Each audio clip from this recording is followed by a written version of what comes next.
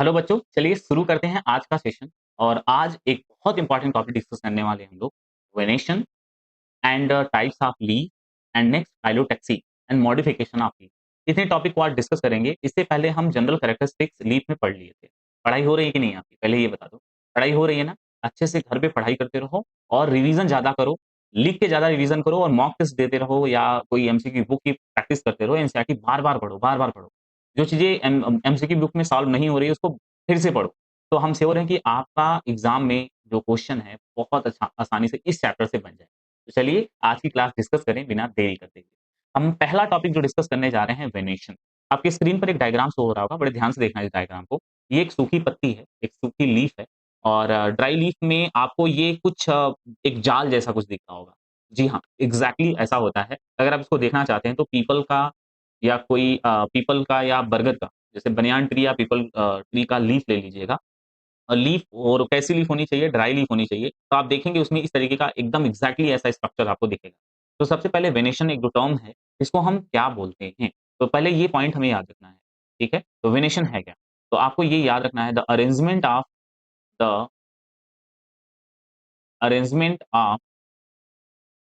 When and veinlet, vein and veinlet in lamina. Arrangement of, of करेंगे यहाँ पर, of vein and वेनलेट। किसका arrangement? When और वेनलेट का अरेंजमेंट लमाइना पर। इसी के लिए टर्म यूज कर रहे हैं वेनेशन। ठीक है, अब इस डायग्राम में क्या इंपॉर्टेंट है, बड़े ध्यान से देखना। ये जो आपको थिक मिडल में एक थिक रिब दिख रही होगी, एक थिक वेन है ये। और इस वेन को हम मिड रिब बोल रहे हैं। ये मिड रिब है आपकी, जो सबसे थिक होती है। इसमें ब्रांचेस आपको देख सकते हैं, बहुत सारी ब्रांचेस इस मिड रिब से डायरेक्टली अराइज हुई है। तो इस ब्रांचेस को हम बोल रहे हैं वेन। ये क्या है? वेन है। और उस वेन से भी बहुत सारे मल्टीपल ब्रांचेस निकली हुई, मल्टीपल ब्रांचेस निकली हुई। तो हम उस मल्टीपल ब्रांचेस जो वेन से निकली हैं उसके लिए टर्म यूज कर रहे हैं वेन लेट, वेन लेट। ठीक है, तो ये वेनेशन में ये जो आपके सामने डायग्राम है, इसको समझना बहुत जरूरी है। आपको इसमें समझना क्या है कि एक लीफ है। लीफ जो लेमाइना वाला पार्ट होता है लीफ का, उस लीफ वाले लेमाइना को एक्सपोज करने का काम वेन और वेनलेट का है। हमने लास्ट क्लास में डिस्कस किया था। यानी लीफ हमारी एक्सपोज फॉर्म में है, वो किसकी वजह से है? इस वेन और वेनलेट की वजह से। वेन है वेनलेट की वजह से। तो आप देखिए कंकाल इसका अंदर का, तभी तो लीफ लीफ ऐसे ओपन रहती है। लीफ को ओपन रखने में जो सबसे बड़ा हेल्प है, कौन करता है? वेन और वेनलेट करता है। अगर ये ना हो तो लीफ एक्सपोज फॉर्म में न रहे। अगर नहीं रहेगा तो फोटोसिंथेसिस प्रॉपर नहीं हो पाएगा। तो मिड रीप, वेन एंड वेनलेट, ये तीनों मिलके एक लीफ को एक्सपोज फॉर्म में रखते हैं। और ये तीनों के अरेंजमेंट को हम बोल रहे हैं वेनेशन। तो यहाँ पर the arrangement of vein and veinlet, जो मिड में वेन है वो काफी थिक है, तो इसके लिए टर्म यूज कर रहे हैं मिड रिप। ठीक है, यहाँ तक क्लियर है डाउट? चलो आगे बढ़ते हैं, टाइप्स ऑफ वेनेशन देख लेते हैं। आपकी स्क्रीन पर दो टाइप दिख रहा है और एनसीईआरटी में भी दो टाइप है। पहला टाइप है रेटिकुलेट और दूसरा टाइप हम डिस्कस कर रहे हैं parallel. Reticulate venation and parallel venation. Reticulate venation में क्या याद रखना है? Vein and veinlet, veinlet in network form, in network form.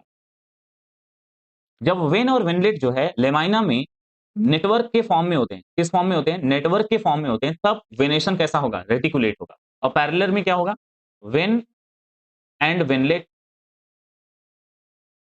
When and वेनलेट का जो अरेंजमेंट है, अरेंजमेंट इन पैरेलल फॉर्म।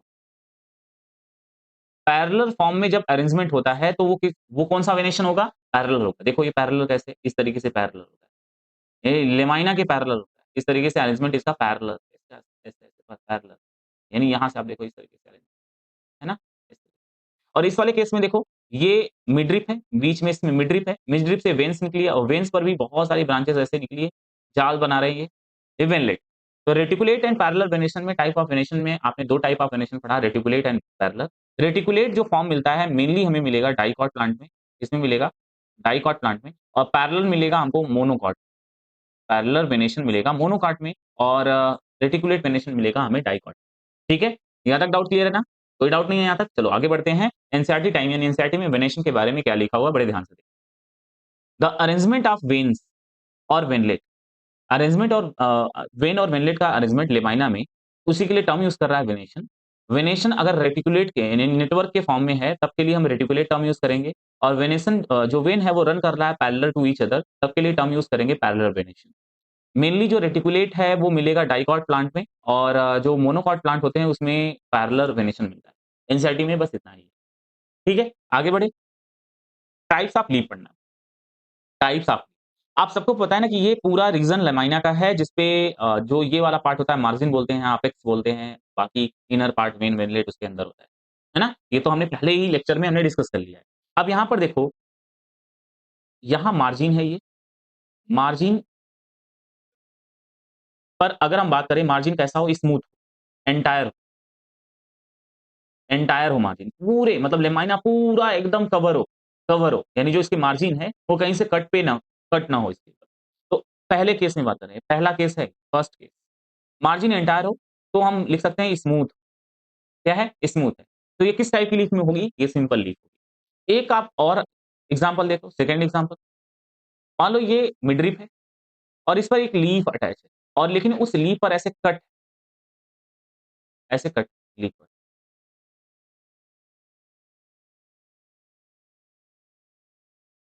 ऐसे कट। तो हम लिख सकते हैं इंसिजन, इंसिजन को एनसीईआरटी लिख रही है, यानी इंसिजन को कट समझना है। Cut present on lamina, lamina पर कट प्रेजेंट हो, but do not reach, do not reach on midrib, ये मिडरिप तक ना पहुंचा हो, मिडरिप तक ना पहुंचा हो, तब भी ये किस टाइप की लीफ होगी? तब भी ये लीफ होगी किस टाइप की? Simple leaf. सिंपल लीफ का एक बार फिर से दोनों पार्ट बड़े ध्यान से देखना। हमें क्या करना? हम क्या पढ़ा है? सिंपल लीफ पढ़ा है, टाइप्स ऑफ लीफ पढ़ा है। टाइप्स ऑफ लीफ में क्या है? सिंपल लीफ पढ़ा है। सिंपल लीफ में हमने पहले बताया कि अगर मार्जिन एंटायर हो, स्मूथ हो, कहीं पर कट ना हो, तो मार्जिन एंटायर है, यानी लेमाइना पूरा एंटायर है इसमें, मार्जिन पर कट नहीं मिल रहा, यानी स्मूथ स्मूथ है पूरा, तब वो कौन-सा है? वो सिंपल लीफ है। लेकिन अगर मान लो कि कट प्रेजेंट है, इन सीजन को हम कट बोल रहे हैं, इन सीजन या कट प्रेजेंट है, किस पर? लेमाइना पर, और वो रीच नहीं कर रहा है कहाँ तक? मिडरिप तक, यानी मिडरिप तक पहुँच नहीं रहा है। जब मिडरिप तक वो नहीं पहुँच रहा है, तब के लिए हम टर्म यूज़ करेंगे, यानी वो कौन-सी लीफ होगी? Simple leaf. तो सिंपल लीफ दोनों है, दोनों सिंपल लीफ है। एक में देखो यहाँ पर मार्जिन पर कोई कट नहीं, मार्जिन में कोई कट नहीं मिल रहा है आपको, पूरा इन स्मूथ है, तो ये भी सिंपल लीफ है और कट है लेकिन ये इस मिडरिप तक नहीं पहुँचा। यहाँ तक अगर पहुँच जाता तो कंपाउंड लीफ हो जाता है। नहीं पहुँच रहा है, तब भी एक कौन-सी लीफ है? सिंपल लीफ है। कंपाउंड लीफ देखते हैं टाइप्स में। अब अगर मान लो कि जैसे एक एग्जांपल लेते हैं, ये लीफ का मिडरिप है, मिडरिप, यहाँ से जो कट था, जो अभी इससे पहले हमने देखा, ये कट रीच कर गया है मिडरिप तक, ऐसे रीच कर गया है मिडरिप। मिडरिप तक कट ऐसे रीच कर गया है, पहुँच चुका है, ऐसे पहुँच चुका है, ऐसे पहुँच चुका है। तो ये जो लीफ दिख रहे हैं कंपाउंड लीफ है, तो हम यहाँ पर क्या लिखेंगे? एक पॉइंट लिखेंगे आप, इंसिजन, इंसिजन को कट बोल रहे हैं, कट,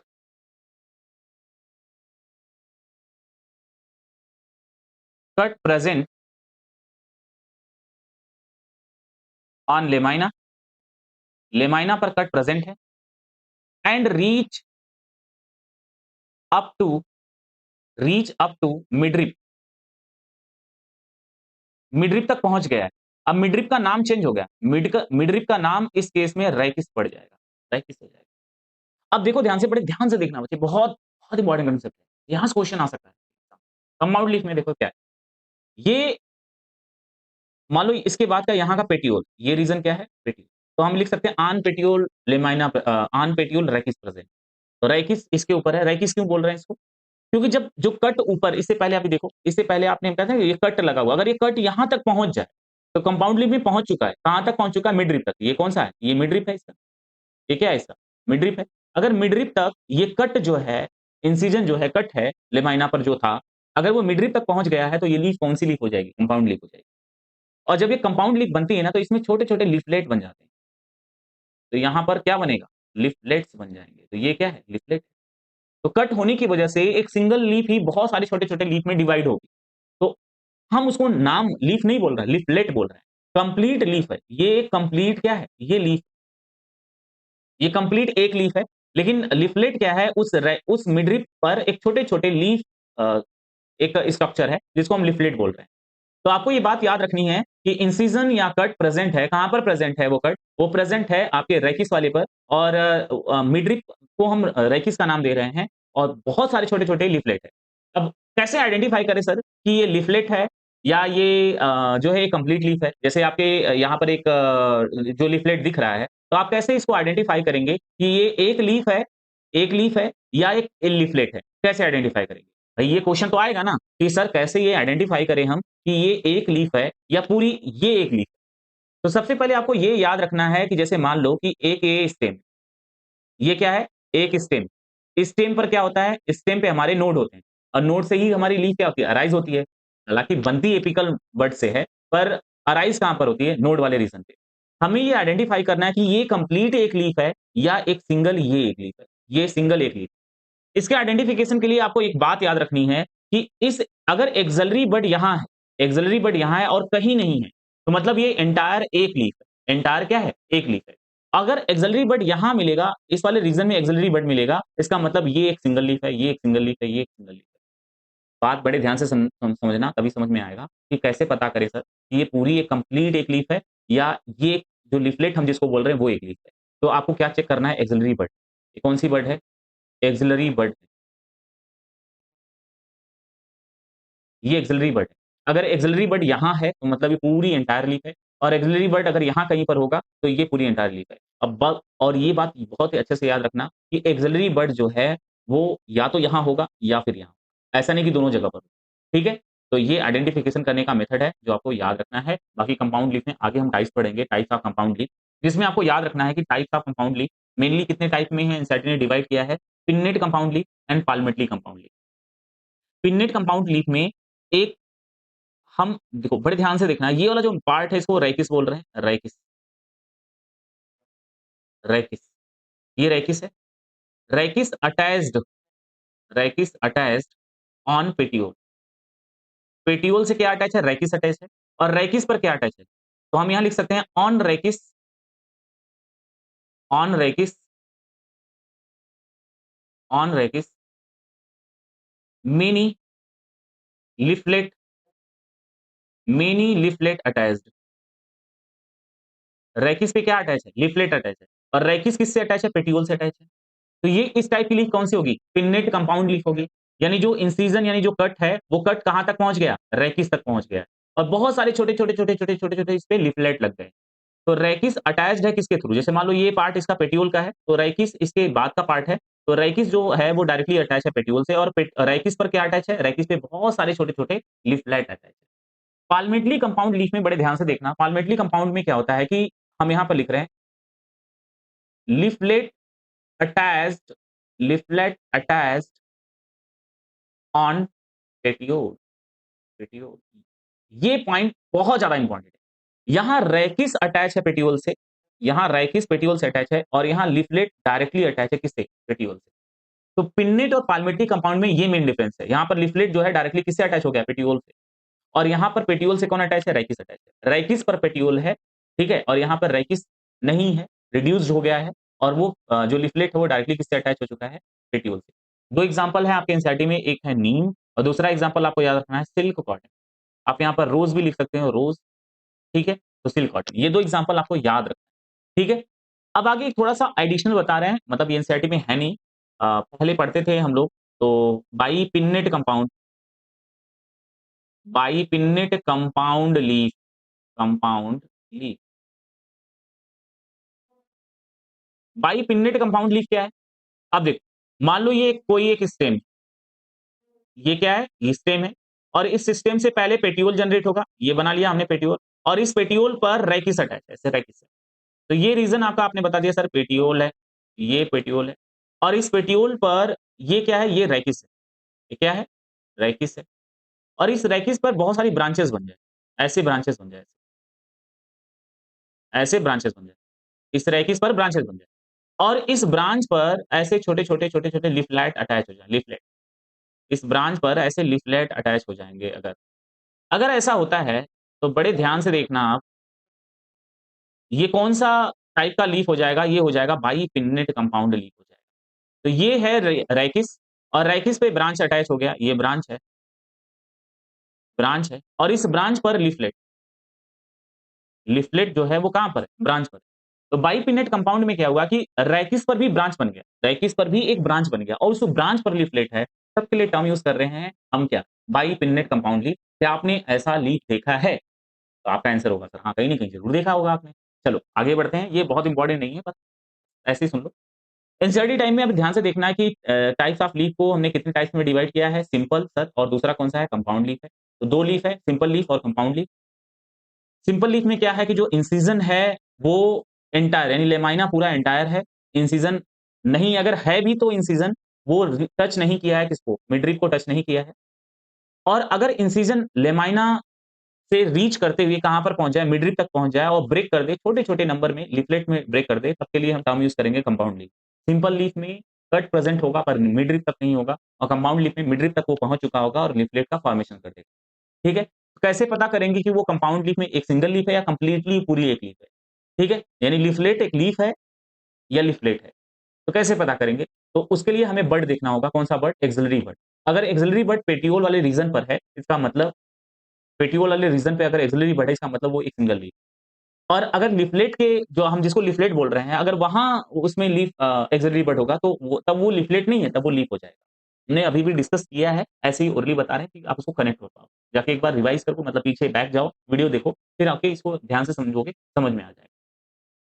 कंपाउंड लीफ को 2 पार्ट्स में हमने डिवाइड किया है पिन्नेटली कंपाउंड लीफ, जिसमें जो नंबर ऑफ लीफलेट्स होते हैं वो कॉमन एक्सिस पर होते हैं जिसको रैकिस बोल रहे हैं। रैकिस का नाम पहले मिडरिप था, जब वो कंपाउंड लीफ में आता है, तो वो रैकिस के फॉर्म में बदल जाता है क्योंकि इसमें बहुत सारे छोटे-छोटे लीफ अटैच हो जाते हैं यहाँ पर। तो यहाँ पे लिखा ना व्हिच रिप्रेजेंट मिडरिप यानी रैकिस मिडरिप ही है, पर कंपाउंड लीफ में उसका नाम रैकिस हो चुका है, इसका एग्जांपल नीम का है। पाल्मेटली कंपाउंड में क्या होता है? पाल्मेटली कंपाउंड में जो लीफलेट होता है वो अटैच हो जाता है कॉमन पॉइंट से और किसके कॉमन पॉइंट से? पेटियोल के टिप के कॉमन पॉइंट से अटैच हो जाता है जैसे सिल्कवॉर्म। तो एनसीईआरटी टाइम में इतना ही है, मतलब एनसीईआरटी में इतना ही है। आप एक बार इसको रिवाइज़ करना, वीडियो एक बार और देखो, बस हम श्योर हैं कि बहुत अच्छे से क्लियर हो गया होगा। अब पढ़ने जा रहे हैं हम लोग फाइलोटैक्सी। What is phyllotaxy? ध्यान से सुनना। इसका डेफिनिशन लिख रहे हैं हम। Arrangement of arrangement of leaf on stem और ब्रांच। स्टेम पर लीफ का अरेंजमेंट और स्टेम और ब्रांच पर लीफ का अरेंजमेंट जो है, उसी को हम बोल रहे हैं फाइलोटैक्सी। डेफिनिशन बोलना नहीं है, अरेंजमेंट ऑफ लीव्स, ये leaves plural arrangement of leaves on stem और ब्रांच यानी लीफ का अरेंजमेंट स्टेम पर और ब्रांच पर कैसे हुआ है, उसी के लिए टर्म यूज़ कर रहे हैं फाइलोटैक्सी। हो जाएगा ना यहाँ तक? चलो, आगे बढ़ते हैं, इसको इरेज़ करते हैं, ध्यान से देखना। अब ये अरेंजमेंट के बेसिस पे टाइप्स ऑफ फाइलोटैक्सी अगर हम पढ़ेंगे, तो हमें 3 टाइप ऑफ फाइलोटैक्सी एनसीईआरटी में पढ़ना है। एक हमारा पहला जो है वो अल्टरनेट है, दूसरा है अपोजिट और तीसरा है वर्ड। अल्टरनेट में क्या होता है कि आपको एक बात याद रखनी है, one node, one leaf, one node, one leaf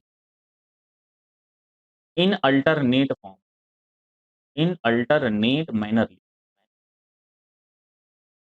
alternate manner में एक नोड पर एक लीफ हो पर दोनों एक दूसरे के अपोजिट है। जैसे एक लीफ एक साइड हो गया, दूसरी लीफ उसके दूसरे साइड हो गया, अपोजिट डायरेक्शन। फिर थर्ड लीफ उसके अपोजिट डायरेक्शन में, फोर्थ लीफ उसके अपोजिट डायरेक्शन। ऐसा नहीं कि एक ही साइड होगी, दोनों साइड होंगी। पर अल्टरनेट मैनर में, तो यहाँ पर एक नोड पर एक लीफ है और वो अल्टरनेट मैनर में। इसका एग्जांपल चाइना रोज़ है, 2 और एग्जांपल है एनसीईआरटी में। तो आपको कमेंट बॉक्स में लिखना है इसका एग्जांपल। अपोजिट के केस में क्या होता है कि one node, two leaf, two leaf. एक नोड पर 2 लीफ होगी। एक नोड पर कितनी लीफ होगी? 2 लीफ होंगी और वो लाई कर रही हैं, लाई ऑन अपोजिट, अपोजिट में। वो अपोजिट मैनर में लाई कर रही हैं। यहाँ नोड 1 है, 2 लीफ है, जैसे गुआवा में देखो, नोड 1 है, उसके अपोजिट डायरेक्शन में 2 लीफ एक दूसरे के अपोजिट में है। ये अपोजिट फाइलोटैक्सी। वर्ल्ड फाइलोटैक्सी में क्या होगा? One node, one node more than more than 2 leaf, more than 2 leaf. एक नोड पर बहुत सारे लीफ अगर अरेंज हो जाएँगे और वर्ल के फॉर्म में हो जाएँगे, एक सर्कल के फॉर्म में हो जाएँगे, तब के लिए हम टर्म यूज़ करेंगे वर्ल्ड फाइलोटैक्सी। इसका एग्ज़ाम्पल एल्स्टोनिया याद तो 3 आपको याद रखना है अल्टरनेट, अपोजिट, वर्ल्ड। अल्टरनेट में एक नोड पर एक लीफ है, एक यहाँ होगा, दूसरा यहाँ कहीं, तीसरा यहाँ कहीं, चौथा यहाँ पर। अपोजिट में क्या होता है कि एक नोड पर 2 लीफ अटैच होंगे और वर्ल्ड में क्या होगा कि एक नोड पर मल्टीपल लीफ अरेंज होंगे वर्ल्ड फॉर्म। तो ये फाइलोटैक्सी है। अब एनसीईआरटी में क्या फाइलोटैक्सी में दिया है, तो वही हमने जो अभी पढ़ा है आपको कि arrangement of leaf on stem और ब्रांच, उसको फाइलोटैक्सी बोल रहे हैं। मेनली हमने इसको 3 टाइप्स में डिवाइड किया है, अल्टरनेट, अपोजिट और वर्ल्ड। अल्टरनेट टाइप में क्या होता है कि single leaf arise each node in alternate manner, अभी हमने बताया। इसका एग्जांपल चाइना रोज़ है, मस्टर्ड है, सनफ्लावर है। अपोजिट में क्या है कि a pair of leaves arise at each node, एक नोड पर दो, एक पेयर में लीफ है यानी 2 लीफ है और अपोजिट टू ईच अदर, एक दूसरे के अपोजिट में है। इसका example Calotropis and guava plant है। इफ मोर देन 2 लीफ, अगर एक 2 से ज्यादा लीफ हैं और एक ही नोड पर हैं वर्ल फॉर्म में, तब के लिए टर्म यूज़ करेंगे वर्ल्ड फाइलोटैक्सी है वो और इसका एग्जांपल एल्स्टोनिया। ठीक है? तो यहाँ तक आपको फाइलोटैक्सी याद रखना है, इससे ज़्यादा आपको नहीं करना है, एनसीईआरटी का बस याद रखना है। With example.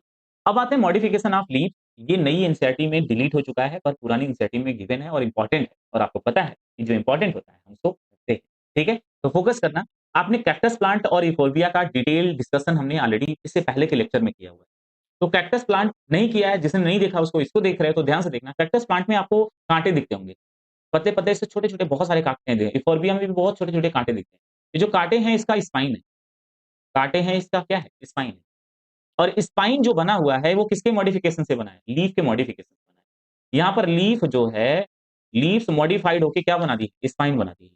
क्यों बनाई है ऐसा क्यों? Prevent loss of water, prevent loss of water. Water को प्रिवेंट करने के लिए लॉस वाटर के लॉस को प्रिवेंट करने के लिए स्पाइन में कन्वर्ट हो गई। मतलब ध्यान से समझो। ये ऐसी लीफ है, मतलब ये ऐसा प्लांट है, ऐसी जगहों पे ग्रो कर सकता है जहाँ पर पानी की कमी है।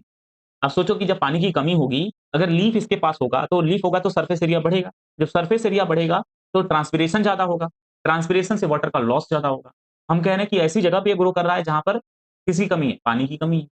तो हम ये बता रहे हैं कि जो लीफ स्पाइन है, वो यानी जो लीफ स्पाइन यानी जो लीफ मॉडिफाइड हो गया है स्पाइन में, वो इसलिए मॉडिफाइड हुआ है प्रिवेंट करने के लिए वाटर लॉस को रोकने के लिए। दूसरा प्रोटेक्शन, दूसरा इसका फंक्शन क्या हो सकता है? प्रोटेक्शन, कि कोई एनिमल आकर इसको खा ना जाए। स्पाइन होगा, तो जब वो खाने आएगा तो धँसेगा उसके मुँह के अंदर, तो नहीं खाएगा उसको। तो प्रिवेंट यानी ट्रांसपिरेशन यहाँ लिख सकते हैं आप इसको, ट्रांसपिरेशन, ट्रांसपिरेशन, ठीक है? ट्रांसपिरेशन को प्रिवेंट करने के लिए। तो लीफ मॉडिफाइड हो गई स्पाइन के अंदर, काँटों के अंदर। अब काँटे हैं तो सरफेस एरिया कम हो गया, वाटर का लॉस कम होगा इसमें। फोटोसिंथेटिक पेटियोल, बच्चे बड़े ध्यान से सुनना, इसके लिए टर्म यूज़ करते हैं पिल्लोड।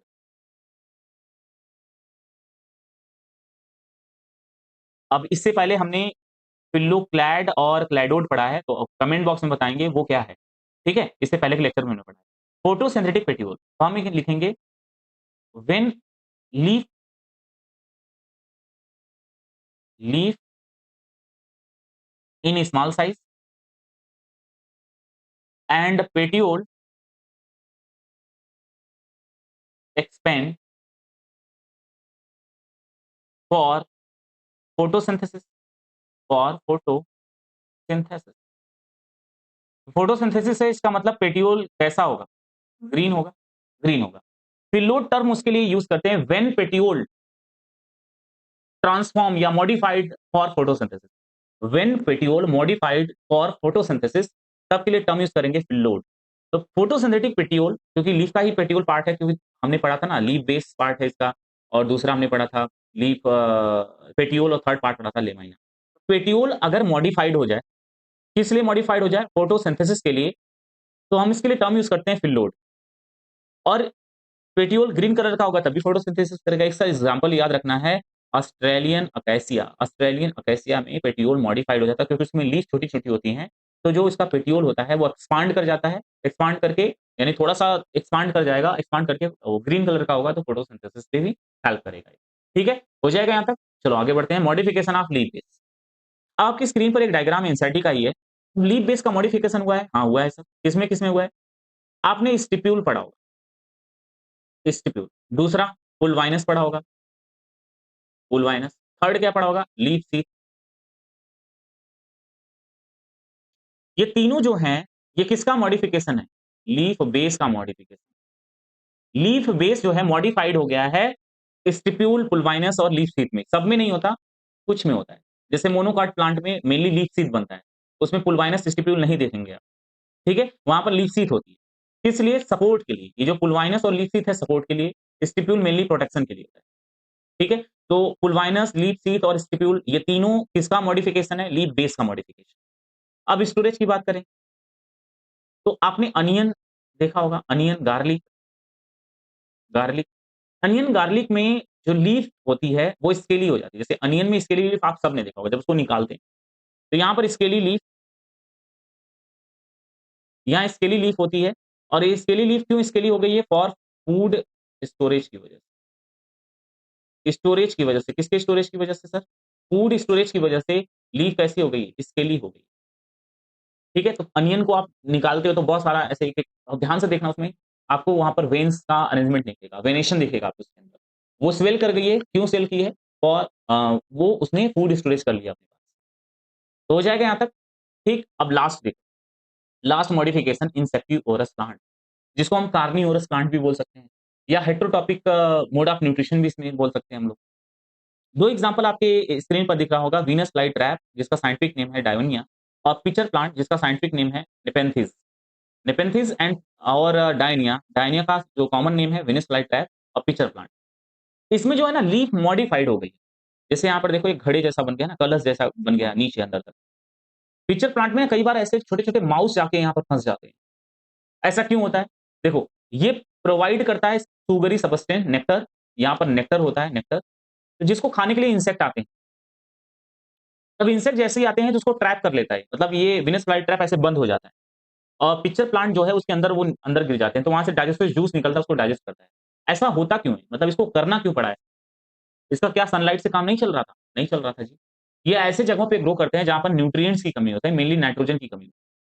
नाइट्रोजन एंड कुछ इंपोर्टेंट न्यूट्रिएंट्स की कमी होती है।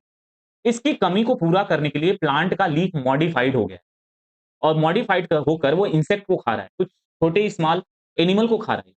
खा कैसे रहा है?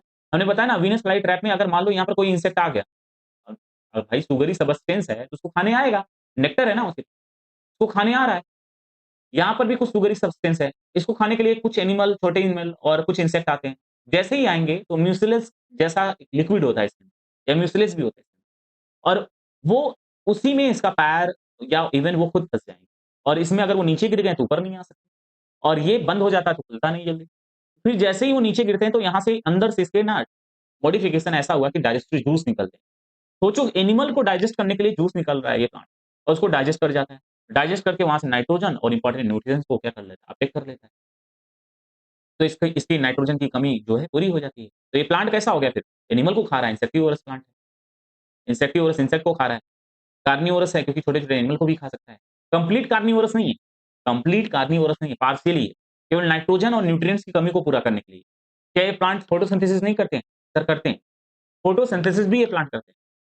ठीक है? फोटोसिंथेसिस भी करते हैं, पर मॉडिफाइड हुआ है इसका लीफ फॉर न्यूट्रिएंट्स की जो डेफिशिएंसीज़ को कम करने के लिए। क्लियर हो गया?